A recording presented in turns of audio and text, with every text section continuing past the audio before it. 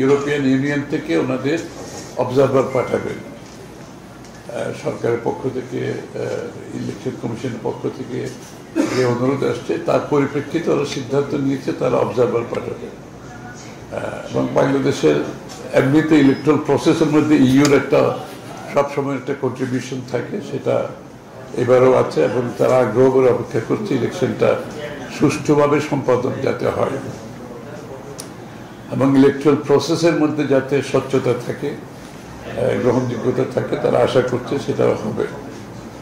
আর Bangladesh your অর্থনৈতিক সম্পর্ক তো অনেক পুরনো, যে আজকে আমাদের বাংলাদেশের রেডিমেড গার্মেন্টস যে জায়গায় এসছে সেটা কিন্তু ইউর এই যে market access, duty free market অ্যাক্সেসের কারণে এসছে, সেটা তারা অব্যাহত রাখতে চায় এবং আগামী দিনে তারা চায় বাংলাদেশ ইউ রিলেশনশিপে আমাদের ব্যবসা যাতে অব্যাহত থাকে এবং বাংলাদেশের মধ্যে গণতন্ত্রকে প্রাতিষ্ঠানিক রূপ দেওয়ার ব্যাপারে যে সংসদ থেকে শুরু করে, তারপরে সরকার গভর্নেন্স থেকে শুরু করে, জুডিশিয়ারি থেকে শুরু করে সব কিছুর উপরে যে একটা স্বাধীনভাবে তারা সাথে সবাই যাতে কাজ করতে পারে, সাংবাদিক সহ সবাই, যে এই স্বাধীনতা মুক্ত পরিবেশ ডেমোক্রেসিকে সত্যিকার অর্থে একটা প্রাতিষ্ঠানিক রূপ দেওয়ার জন্য তাদের সহযোগিতা অব্যাহত থাকবে।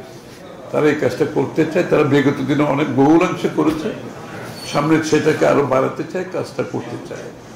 অবশ্যই এটাতে আমরা স্বাগত জানিয়েছি। কারণ বাংলাদেশের গণতন্ত্র যদি অব্যাহত রাখতে হয় আমাকে প্রাতিষ্ঠানিক রূপ দিতে হবে এবং এই গণতন্ত্রের যে বিষয়গুলো নিয়ে গণতন্ত্র কাজ করে সেগুলোকে আমরা প্রাতিষ্ঠানিক রূপ দিতে হবে, যে প্রতিষ্ঠানগুলো সেগুলোকে প্রাতিষ্ঠানিক রূপ দিতে হবে। গণতান্ত্রিক কালচারটা, সংস্কৃতিটা আমরা ফিরিয়ে আনতে হবে। যে ভ্যালিউসগুলো নষ্ট হয়ে গেছে সেটাকেও ফিরিয়ে আনার ব্যাপারে আমরা আলোচনা করেছি। কারণ গণতন্ত্র তো ভ্যালু সিস্টেমের সাথে কাজ করে, গণতন্ত্র মানুষের মুক্ত চিন্তার সাথে কাজ করে, গণতন্ত্র প্রতিষ্ঠানগুলো স্বাধীনভাবে পরিচালনার মাধ্যমে কাজ করে। সেই বিষয়গুলো আমরা আলোচনা করছি আজকে। তো কথা হচ্ছে সবশেষে সবাই তো চাচ্ছে একটা স্বচ্ছ গ্রহণযোগ্য নির্বাচন, নিশ্চয়ই সেটা তো আলোচনা হয়েছে এবং দিনের শেষে আমাদের আরপিও গুলো যেগুলো আছে এগুলো যেগুলো বিতর্কিত বিগত আমলে ছিল এগুলো তো পরিবর্তন হচ্ছে, এটা কার্যক্রম চলছে।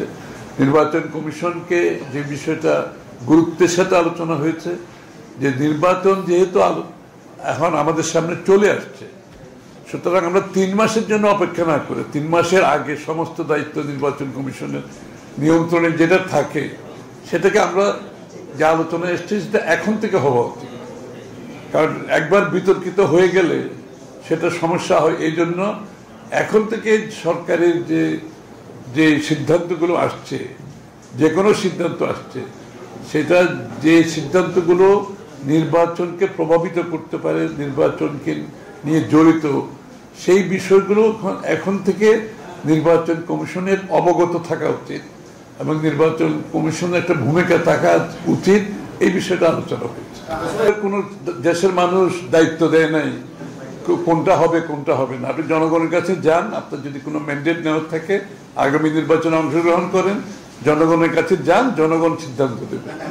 এগুলো নিয়ে তো এখানে তো কোনো কূটনীতিকের সিদ্ধান্ত না, কোনো রাজনৈতিক দলেরও সিদ্ধান্ত না, এই সিদ্ধান্ত জনগণের।